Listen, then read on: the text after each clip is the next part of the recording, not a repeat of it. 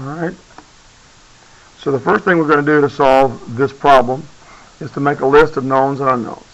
Okay, so it's asking what pressure. We already know then that the pressure is what we don't know, but we also know that it's asking for that pressure in kilopascals.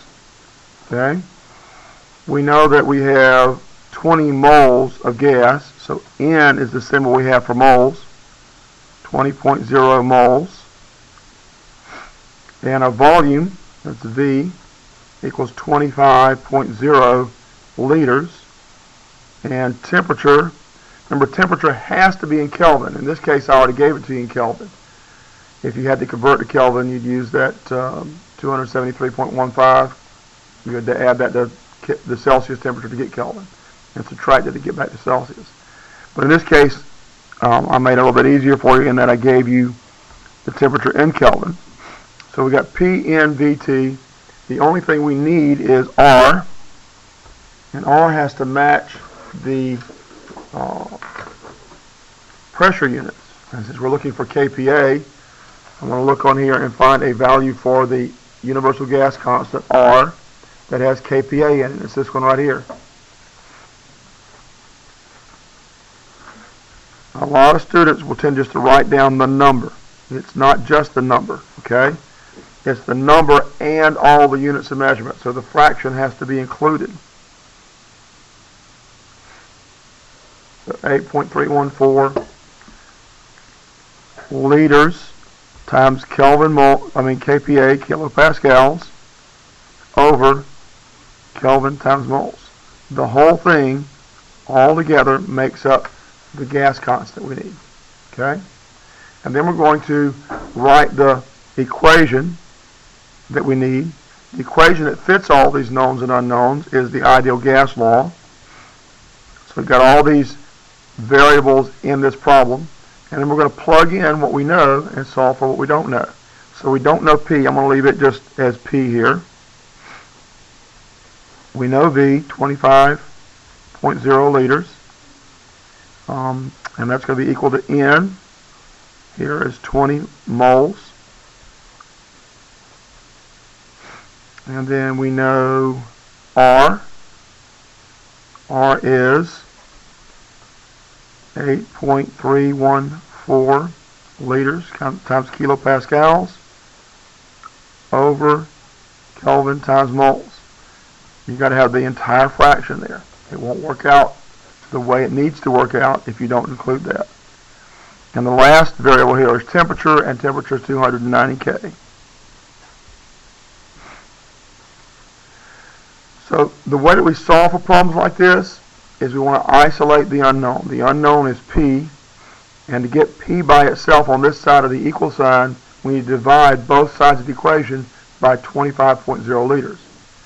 And the way that's probably the easiest way to do it when you're doing ideal gas law or any gas law equations is to put both these terms over 1 and multiply by the reciprocal of this. That's the same thing as dividing by that. Okay?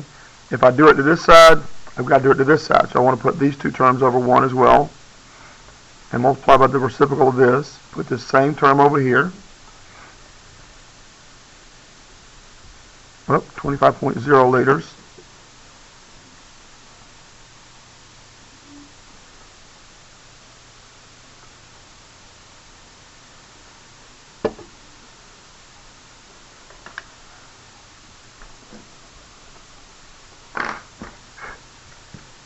That allows us to cancel 25 and liters, because I got that on the top here and the bottom here. Those can cancel.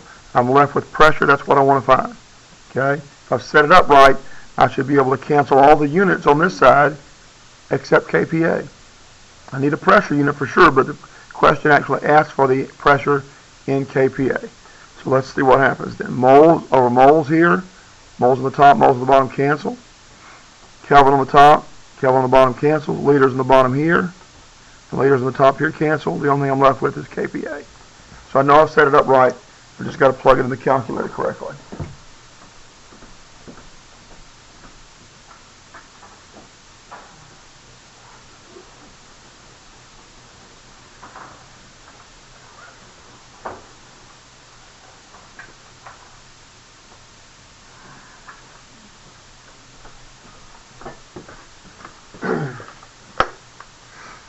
Get out my handy dandy super fancy calculator.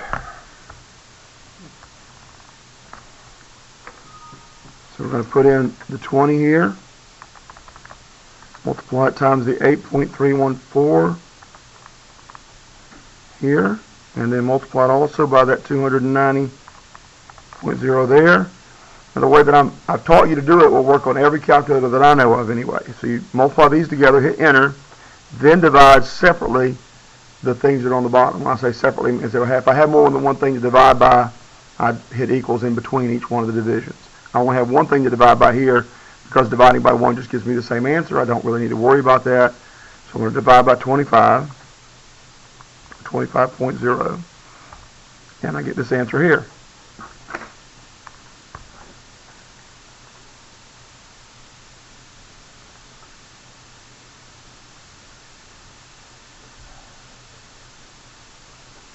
Units I have left are kPa, so I need to list that with the number. Typically, numbers that are by themselves don't have any real meaning to us. We need to make sure we write units of measurement with every number, and if it applies to a species, the species too. Okay, now I need to look at significant digits. I've got 3 digits in this number, 4 in this one, 4 in this one, 3 in this one. The least digits is 3, so I need to have my final answer in 3 digits. What I do is I count from the left. 1, 2, 3. Those are the significant digits, and everything after that gets underlined because they are insignificant. Now, from Unit 1, we learned that if you round off a number or a digit in the ones place, you're going to have to write your answer in scientific notation. There's no other valid way to write the answer. Okay? So we're going to move our decimal place 1, 2, 3 places to the left. And that's going to mean we have 1.9. 8 makes the 2 round up to a 3. 1.93 times 10 to the, since I moved the decimal place to the left 3 times, we get a positive exponent of 3 here. And that's kPa. And there's the final answer. Okay? Now, let's go about giving points for each of these things that you're expected to do. Okay? So, you have to list all of these variables here. 1, 2, 3, 4. 3 of these have to have the numbers that go with them and the the units of measurement. What? Somebody say something? Oh. So the number and measurement unit. Number and measurement unit. Number and measurement unit. Okay? You have to write R with the correct version of R, and you have to show all those units of measurement. Those are important that they be there, as you can see down here in the problem. Okay, so that's 1, 2, 3, 4, 5, 6, 7, 8, 9, 10, 11, 12, 13, 14, 15, 16 points for just this part. Okay, then you had to write the equation out. Since this is a 5-part equation, let's give 5 points for each part. That is to say 5 points in the sense that it has 5 different variables. Alright, we had to have 1 over this, units of measurement, and the cancellation. So 1 over 25 in liters and cancellation. Okay, times the pressure, times the 25 liters and cancel. Okay, you really should put it over 1, but I'm not going to give a point for that today. Okay, it's not to say that it won't count a point later on, but for right now, having this is what I want to count points for. Then over on this side, 20 moles and cancel, 8.314, all the units, and the fact that you canceled 3 of those units, 290K, and then 1 over 25.0 liters, and then the cancellation of liters. So 1, 2, 3, 4, 5, 6, 7, 8, 9, 10, 11, 12, 13, 14, 15, 16, 17, 18, 19, 20, 21, 22, 23, 24, 25, 26. 26 for this part here. Alright. Here's your answer. Underlining the insignificant digits, units of measurement, arrow, properly rounded answer in scientific notation, correct exponent here. Okay, units of measurement. So let's see, 1, 2, 3, 4, 5, 6, 7 points for this.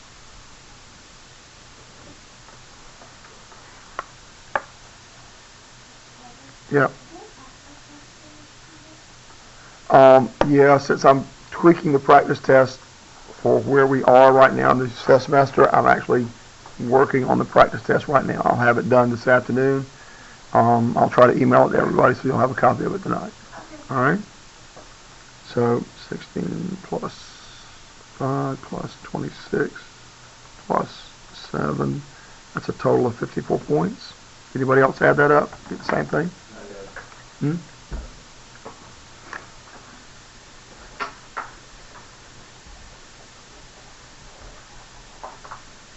So you're going to correct the paper. When I say correct now, I don't mean you just show them the right answer, but you show them what they did wrong. Okay, you have to make notes to them or notations of some sort. Don't leave the person whose paper you're correcting without information to help them do better the next time. All right? Yes? Because anytime you get rid of a number, the reason we're writing it in scientific notation, that's the question, is because anytime you have to get rid of a digit in the ones place, the only valid way to write the answer is in scientific notation. Okay? Now you would have a numerically correct answer if you wrote 193 times 10 to the first. But since we're in a science class, we're going to write it in scientific notation, where you always move the decimal place to just to the right of the first non-zero digit. Make sense? All right. Any other questions?